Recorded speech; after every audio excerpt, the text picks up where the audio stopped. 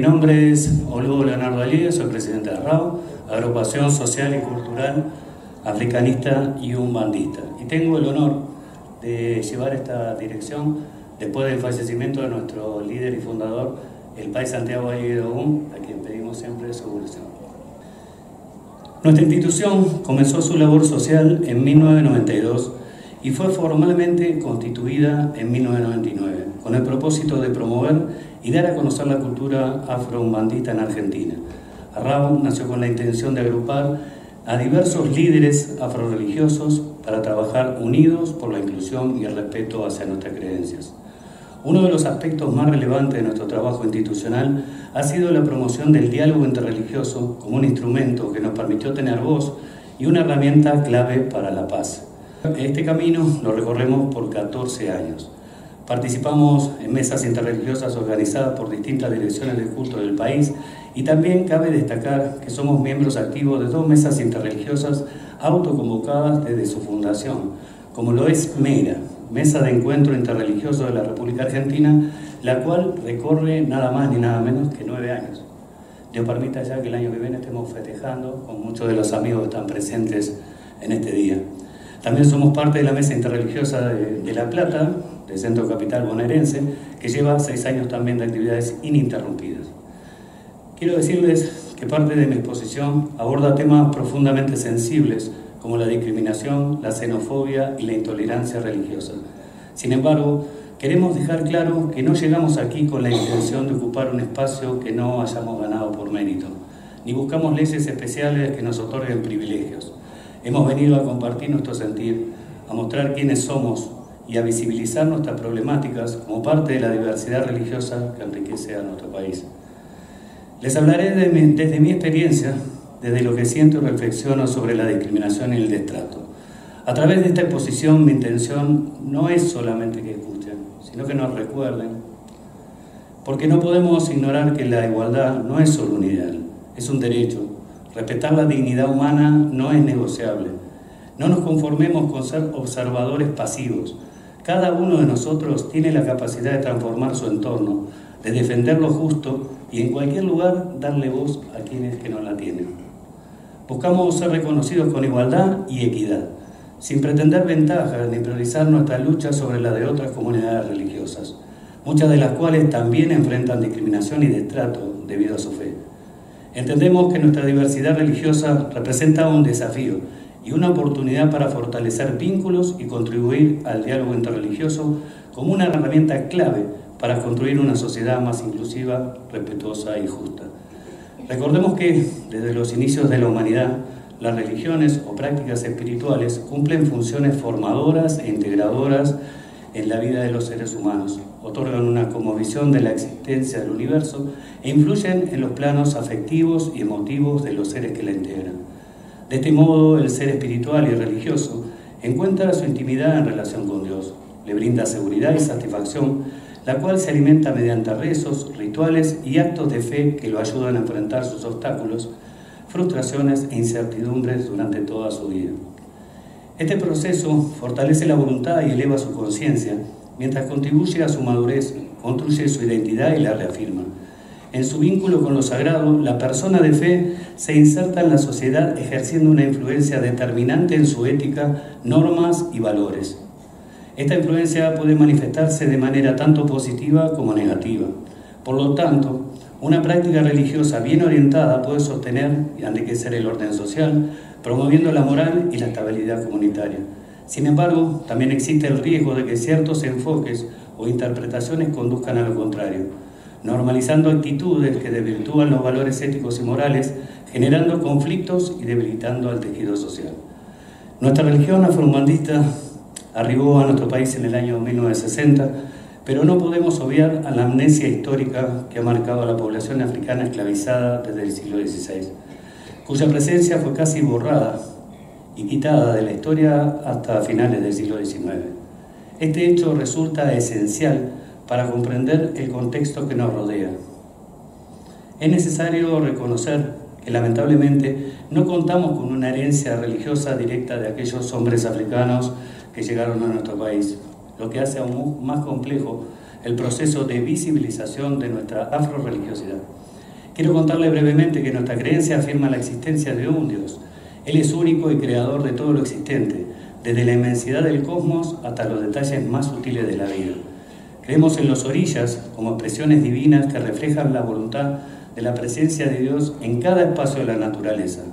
Estas fuerzas no rivalizan con el Creador, sino que manifiestan su esencia en elementos fundamentales del mundo. Los orishas son la conexión entre lo divino y lo natural, recordándonos que la creación no es simplemente un entorno físico, sino un espacio profundamente espiritual donde se despliega la grandeza de Dios. Y también afirmamos que el hombre se desenvuelve en un campo de energías espirituales que nos conectan con la naturaleza y nos religan a su vez con Dios. El recorrido ha sido largo. La afrorreligiosidad llegó desde Brasil a Uruguay a principios de los años 60. El término religioso afro-umbandismo es una forma de definir todas las corrientes religiosas de origen y sustrato africano. Si bien es un término extremadamente amplio, en este caso logró nuclearlas a estas tres. Estas tres variantes religiosas llegadas de Brasil, por ejemplo, es el culto a la nación orilla. Cuando decimos orilla, son esas divinidades de la naturaleza, comúnmente conocido como batuque. El candomblé, con menor influencia en nuestro país, ambas venerando a orillas, pero cambia la forma de rendir culto a estas divinidades. Sus diferencias son respecto al origen africano e influencias culturales de la época, y también la religión umbanda, la cual surge como un resultado de un proceso sincrético derivado de las condiciones de sometimiento de los pueblos africanos en Brasil.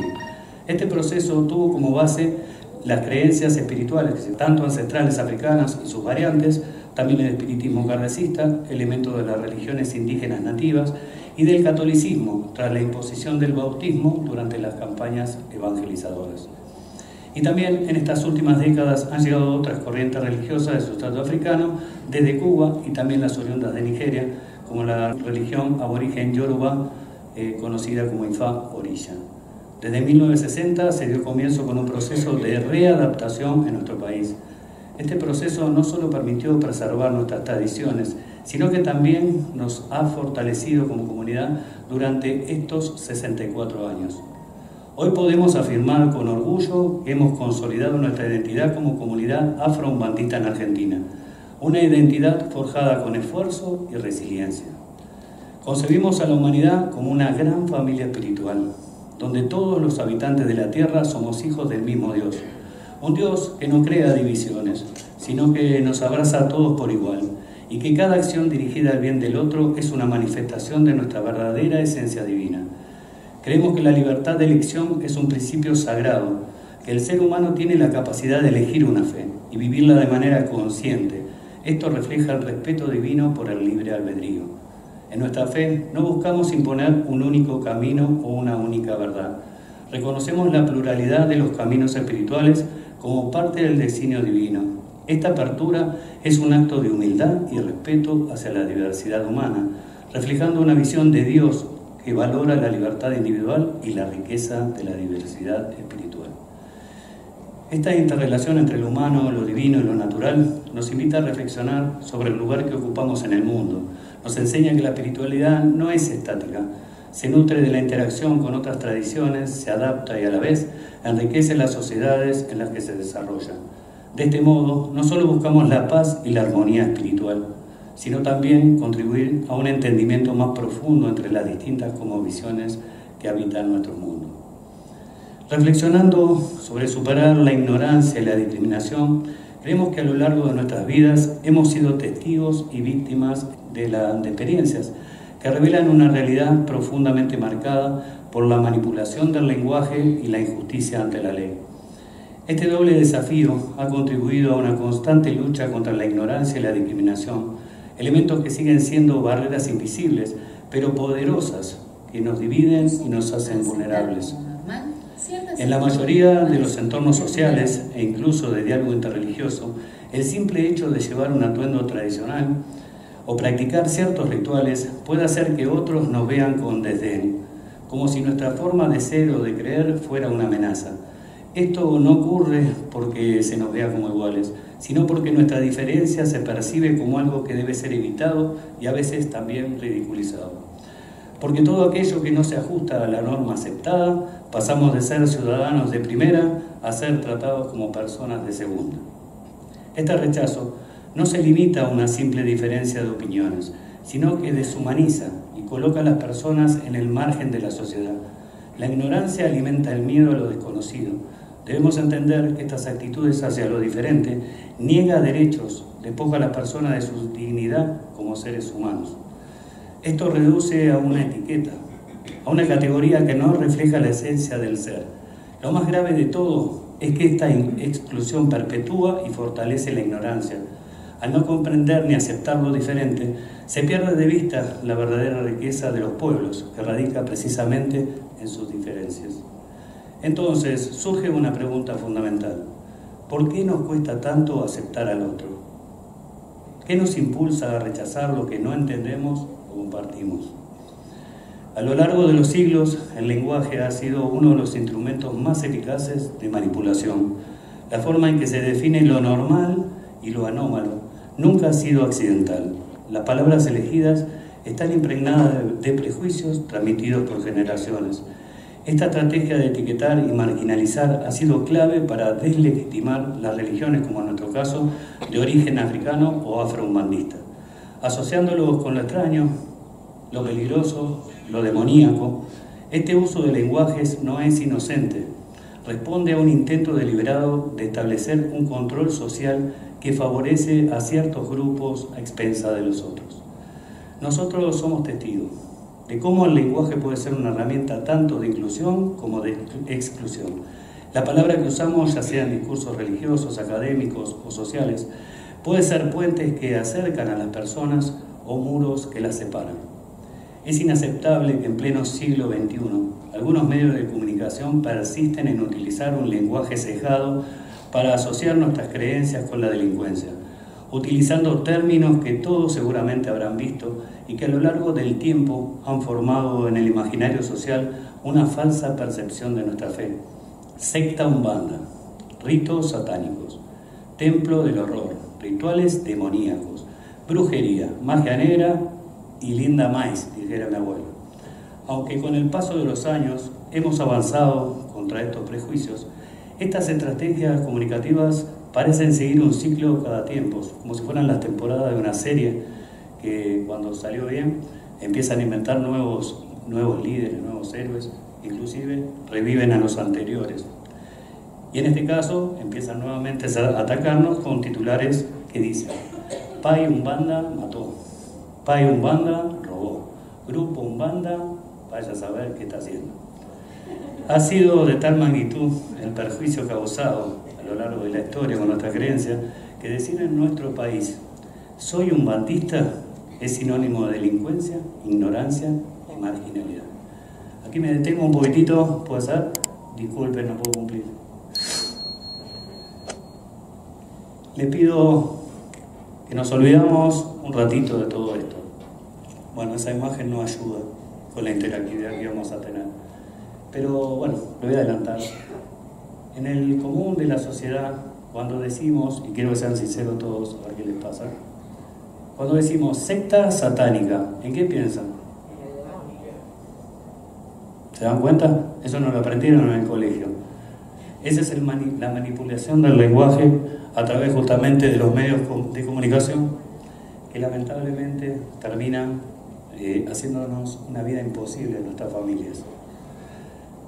Es difícil a veces entender, pareciera que exageramos, pero no. Imagínense ustedes si fuera su religión la que sale tratada de esa forma y teniendo a nuestros hijos tenemos que explicarle nuevamente, decirle que no somos. Para comprender esta situación es fundamental destacar el término pai. Proviene del portugués y significa padre. En nuestra tradición este título no se otorga de forma arbitraria, sino que es un reconocimiento que adquiere tras muchos años de formación, dedicación y compromiso. Un verdadero pai es un guía espiritual, protector de la comunidad y líder que ha atravesado un riguroso proceso de preparación para cumplir con su rol. En este contexto, es ofensivo y simplista utilizar el término de pai en titulares o discursos que buscan asociar nuestra fe con la criminalidad. Me paro un poquitito, es como a ver, cualquier persona que comete un delito le digan pai o pastor. Puede ser un creyente, pero ¿por qué tiene que ser pai? Bueno, continuamos. Sin embargo, esto no implica que nuestra tradición sea inmune a las fallas humanas, del mismo modo que ocurre en otras religiones. No se puede juzgar a toda una fe o comunidad basándose en las acciones individuales de quienes, a pesar de sus títulos o roles, pueden cometer errores. Por lo tanto, es imprescindible abordar estos casos desde un enfoque justo y equilibrado, sin distorsionar el significado de nuestros términos ni desvirtuar nuestra identidad cultural y espiritual. Otro punto que deberíamos rechazar y dejar de utilizar términos como minoría religiosa. La propuesta acá es justamente transmitirles a ustedes como líderes y cada uno desde esos espacios, de esas mesas que siguen floreciendo en el país, que están permitiendo a veces dejar la teología un poquito de lado para humanizarnos. Dejar de utilizar este término, le voy a explicar por qué. Había una Isha que comentó justamente este tema. Porque no es solo una categoría numérica, sino que encierra connotaciones discriminatorias que afectan a la percepción pública y el trato que reciben ciertas comunidades de fe. Etiquetar una religión o creencia como una minoría se nos sitúa en un lugar de marginalidad y exclusión e inferioridad, reforzando la idea de que nuestras creencias son ajenas a nuestro territorio nacional o incluso menos valiosas que otras. Por esta razón, consideramos fundamental llevar a cabo un censo adecuado que refleje con precisión nuestra presencia en el país y ofrezca la misma oportunidad a todas las religiones presentes. Contar con datos precisos, el primer paso para comenzar a desmantelar los prejuicios existentes. Otro dato digno de contarles ha sido el desarrollo del último censo en nuestro país. Este es uno de los tantos casos concretos de desigualdad que se evidenció durante la preparación y realización del último censo poblacional en mayo del 2022. En su etapa preliminar se planteó la inclusión de un formulario sobre creencias y religiones presentes en nuestro país, lo que generó muchísimas expectativas, ya que esto permitiría finalmente contar con cifras reales que reflejaran nuestra diversidad. Sin embargo, cuando se presentó la propuesta, esta esperanza se desvaneció, dejando la evidencia de las barreras estructurales para visibilizar a todas las comunidades religiosas por igual. Bueno, ahí se ve medio mal, pero no tengo miedo que se me caiga la tablet. Bueno, esto fue publicado por Infocielo. Este fue el formulario, o la idea de formulario que representaba a todas las religiones de nuestro país. Si bien celebramos profundamente que todas las comunidades tengan esta posibilidad de saber cuántos somos en un censo realmente del Estado, fíjense que nos dio 7 opciones: católica, evangélica, judía, islam, testigo de Jehová, Iglesia de Jesucristo de los Santos de los Últimos Días, Iglesia Sud, agnóstico, ateo, otra religión, ninguna, ignorado. Bueno, no nos encontramos en esas 7 y bueno, gracias a Dios en ese momento nosotros teníamos una relación muy directa con el secretario de Culto de la Nación y le mandé un mensaje y bueno, que dijo que iba a tratar de hacer lo posible. Como normalmente no se dan pasos atrás una vez que se toman ciertas decisiones, desde Arrau, junto a muchos hermanos que están acá del diálogo interreligioso, no solo le expresaba nuestra bronca, sino que también habíamos decidido que si esto salía, creo que estábamos representados, lo entendimos tarde, porque si no, no íbamos a reclamar, porque reclamó Arrau como reclamaron todos nuestros hermanos, como los que ven aquí, que también están representando otras instituciones, que reclamamos y no nos escuchaban. Ahora, sí estábamos representados, porque está ignorado ahí, ¿ven? Y eso no es un chiste, porque íbamos a motivar a toda nuestra comunidad para que todos, pero eso estaba pensado, esto es en serio, lo hablamos con los hermanos del diálogo interreligioso, porque no iba a permitir medirnos, ignorados justamente, no entendimos la parábola. Bueno, a modo de chiste lo sacaron y no tuvimos esa posibilidad, lamentablemente. Ahora, la pregunta es, ¿esto significa que nuestra existencia fue ignorada en una herramienta oficial diseñada para representar a toda la población, negando nuestra identidad, nuestro lugar en la sociedad y nuestra contribución como comunidad religiosa? Esta situación evidencia una práctica sistemática de invisibilización cultural y religiosa que perpetúa desigualdades y limita la construcción de un panorama real de la diversidad del país. A pesar del constante crecimiento de nuestra comunidad, porque lo vemos, lo verán ustedes mismos, que ya un país ahí, a mí me pasa. A veces voy a dar la vuelta en la esquina y me dice, hay un país. Ni yo sabía. O sea, imagínense de la forma, digamos, que esto está creciendo, porque no respondemos a una como la Iglesia Católica, digamos, que tiene un líder, sino crece de forma horizontal y todos los templos son autárquicos entre sí. En este sentido, un aspecto que distingue a nuestro pueblo afro-umbandista, no todos, es que muchos de nuestros miembros practican su fe en la intimidad, evitando identificarse abiertamente como parte de nuestra comunidad religiosa. Esta discreción no es una elección libre, sino una respuesta al miedo persistente a represalias, burlas y discriminación, el temor al rechazo social, la pérdida de oportunidades laborales o el estigma de los espacios públicos sigue tan vigente como siempre. Por esta razón, muchos de nuestros fieles permanecen en las sombras sin atreverse a expresar su identidad espiritual por temor a las consecuencias. El miedo nace de la ignorancia, es la que lleva a las personas a discriminar, creando barreras basadas en prejuicios infundados. Pero curiosamente, es el mismo miedo el que paraliza a quienes son discriminados, impidiéndoles visibilizarse y expresar su identidad por temor a las consecuencias. Así, mientras unos temen lo que no comprenden, otros temen mostrarse tal como son, perpetuando un ciclo de silencio y exclusión que solo puede romperse con valentía y comprensión mutua. Nos preguntamos, ¿qué pasaría si en lugar de ser una supuesta minoría, ocupáramos los primeros lugares de fieles en nuestro país? ¿Qué cambiaría con respecto en relación al Estado? ¿Cómo cambiaría esa relación? ¿Recibiremos el mismo respeto y recursos que las confesiones más grandes? Esto es un tema clave en un contexto donde la igualdad de derechos debe prevalecer. En este sentido, la libertad religiosa en nuestro país es un tema central, pues el reconocimiento y la igualdad ante la ley deberían garantizarse y no importar el tamaño o influencia de la comunidad religiosa. A medida que nuestra comunidad crece, debemos cuestionar cómo el Estado aborda la diversidad religiosa y qué medidas concretas se toman para asegurar que todos los credos sean tratados con el mismo respeto y dignidad. A través de todas nuestras vivencias, hoy la resiliencia, como le comenté en años anteriores, ya no es una opción para nosotros. Es parte de un pasado que hemos decidido dejar atrás. Hoy hemos superado este estado y nos transformamos en acción, comprometidos con el futuro de nuestras familias, pero sobre todo con el bienestar y el desarrollo de nuestros niños, quienes son el reflejo de nuestra lucha y esperanza. Si bien en nuestro país la libertad religiosa está claramente reconocida y regulada, como se habló anteriormente en el artículo 14, donde se establece el derecho general de todos los habitantes de la nación a profesar libremente su culto, también está protegida por distintos tratados internacionales sobre derechos humanos. Pero en nuestra experiencia en la práctica, y como venimos comprobando, estamos muy lejos de vivir esa libertad religiosa en plenitud. El destrato, lamentablemente, nos pone en estas situaciones de desventaja. En honor al Día de la Libertad Religiosa, en el día de ayer, voy a hacer una pequeña lectura de la Declaración sobre la eliminación de todas las formas de intolerancia y discriminación fundadas en la religión o en las convicciones, dictada por la ONU en 1981.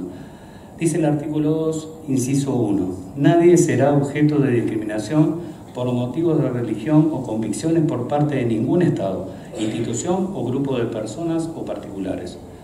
El artículo 3 dice, la discriminación entre los seres humanos por motivos de religión o convicciones constituye una ofensa a la dignidad humana y una negación de los principios de la Carta de las Naciones Unidas, y debe ser condenada como una violación de los derechos humanos y las libertades fundamentales proclamados en la Declaración Universal de Derechos Humanos y enunciados detalladamente en los pactos internacionales de derechos humanos y como un obstáculo para las relaciones amistosas y pacíficas entre las naciones.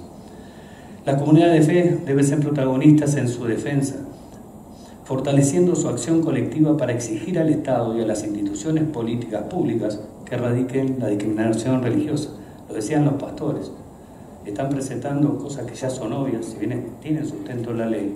¿Por qué se dilatan? Y acá pasa exactamente lo mismo. Nuestro país es un ejemplo de diálogo y sana convivencia interreligiosa para el mundo. No debemos permitir que las confrontaciones que se viven en otros países de alguna forma nos afecten las relaciones que hemos construido con esfuerzo y respeto mutuo. La libertad religiosa no es solamente un derecho legal, sino una garantía de nuestra dignidad humana y cultural. Debemos protegerla activamente combatiendo estigmas y prejuicios y asegurándonos de que las futuras generaciones vivan su fe en libertad y seguridad. La libertad religiosa no es negociable, es un pilar fundamental para la paz y la convivencia. La fraternidad es un concepto que en un mundo cada vez más interconectado y multicultural se convierte en una necesidad fundamental para la convivencia pacífica. No se trata solo de la hermandad que surge entre quienes comparten las mismas creencias o tradiciones, sino de una hermandad universal que abarca a toda la humanidad, reconociendo la dignidad inherente a cada individuo independientemente de su origen, cultura o fe. La fraternidad implica un compromiso consciente de trascender las diferencias y de valorarlas como parte del tejido diverso que conforma nuestra sociedad global, y nos invita a respetar y apreciar la riqueza de la diversidad, reconociendo que esas diferencias no son amenazas, sino fuente de aprendizaje mutuo y crecimiento. Sin embargo, la fraternidad no puede existir sin un componente esencial, la empatía. En la actualidad, donde se redoble y persiste la discriminación e inclusión basadas en la religión, la raza o la cultura, la empatía es una herramienta transformadora que nos permite ponernos en el lugar del otro y comprender su experiencia de vida. No basta con tolerar, debemos dar un paso más y desarrollar con sensibilidad activa hacia las realidades que otros enfrentan. La empatía se convierte entonces en el medio para fomentar el respeto y la convivencia, esenciales para reducir la discriminación y los prejuicios que aún imperan en el mundo. Ahora, la fraternidad en un contexto multicultural es importante reconocer que la convivencia pacífica no se logra simplemente ignorando nuestras diferencias o forzando un falso sentido de la unidad. La verdadera fraternidad requiere compromiso y acción, y uno de sus primeros pasos es escuchar y aprender del otro sin juicios previos.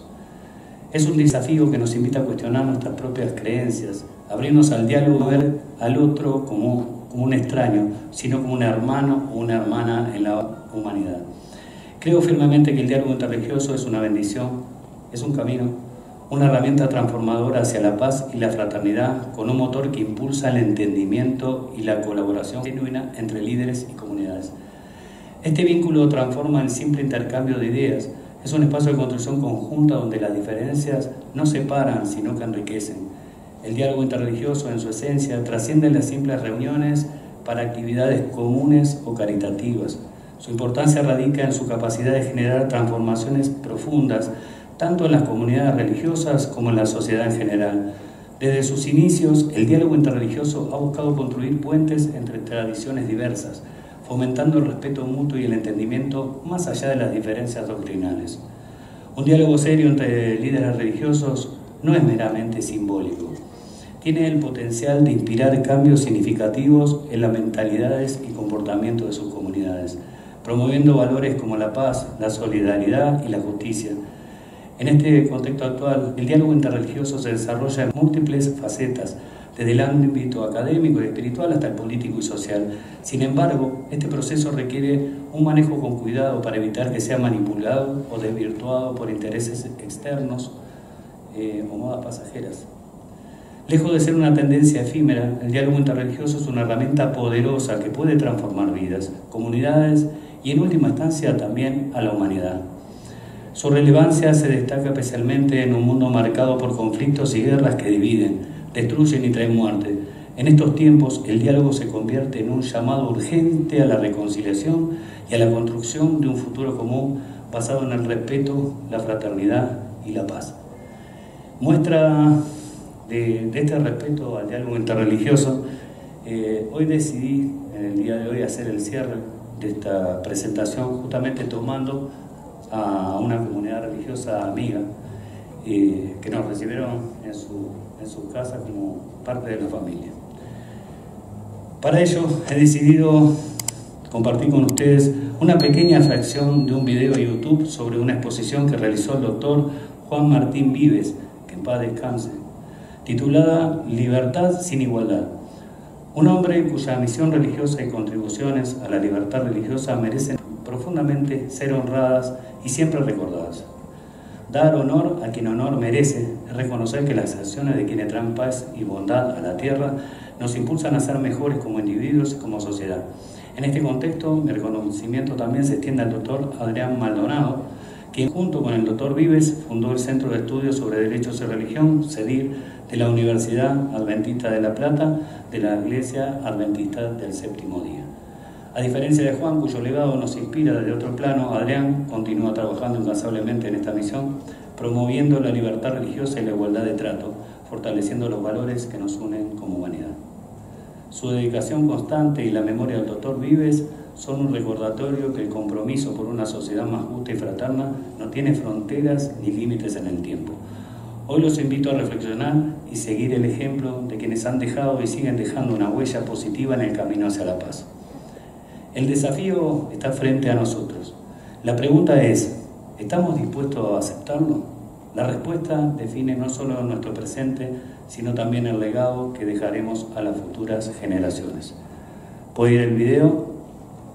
Lo que hicieron fue, pusieron dos monos capuchinos, cada uno en su jaula, lado a lado. Les daban una tarea con un premio, el premio es comer un poquito de pepino. Y entonces en un momento introducen una desigualdad artificial e injustificada. A uno comienzan a darle uva. Aparentemente para los monos es mucho mejor comer uva que pepino. Cuando ellos introducen la desigualdad artificial e injustificada, fíjense lo que pasa. The one on the left is the monkey who gets cucumber. The one on the right is the one who gets grapes. The one who gets cucumber, note that the first piece of cucumber is perfectly fine. The first piece he eats. Then she sees the other one getting grape and you will see what happens. So she gives a rock to us, that's the task. And we give her a piece of cucumber and she eats it. The other one needs to give a rock to us. And that's what she does. And she gets a grape. And she eats it. The other one sees that. She gives a rock to us now, gets again cucumber.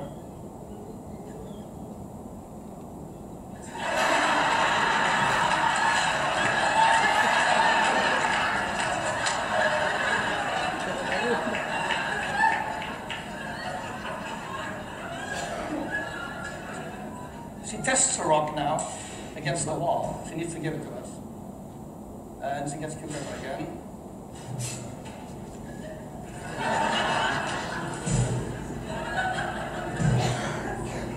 Interesante es que estos científicos continuaron investigando y después replicaron esta misma prueba con monos chimpancés que aparentemente son más inteligentes que los capuchinos. Y el resultado fue sorprendente, porque con los chimpancés no solo se quejaba el que recibía pepino, sino que el que recibía la uva, cuando se daba cuenta de esto, rechazaba la uva hasta que su compañero no recibía también uva. Y esto es porque de una forma intuitiva entendieron de que lo mejor para todo el grupo es que las reglas sean iguales y que sean justas para todos. Escuché una vez a un profesor en un encuentro muy parecido a este en otras latitudes del mundo decir de que en su experiencia de muchísimos años nunca había visto que alguien entre en un congreso de libertad religiosa y salga pensando de otra forma. Yo todavía no tengo tanta experiencia, entonces tengo que tener esperanza, tengo que tener fe de que esto no es así. Pero aún si fuera así, aún si cada uno de nosotros llegamos con una idea y nos vamos de aquí con la misma idea, sin cambiar nuestras convicciones, yo quiero decirles, aquellos que pertenecen a minorías religiosas, aquellos que están comiendo pepinos desde siempre y seguimos comiendo pepinos, que la igualdad religiosa no solo es lo mejor para la sociedad, no solo es justo, no solo es deseable, sino que creo también que es inevitable.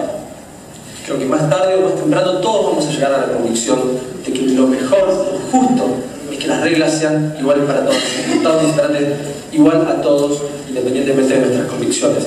Mientras tanto, no podremos seguir diciendo que Argentina, nuestro país, nuestro Estado es plenamente laico y lamentablemente la libertad religiosa no será tan plena tan completa y tan verdadera como quisiéramos decir. Muchísimas gracias.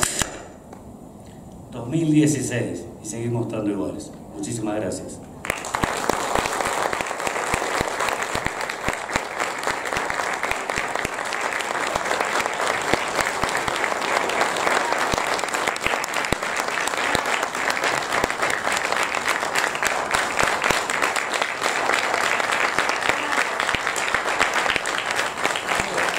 Bueno, muchísimas gracias.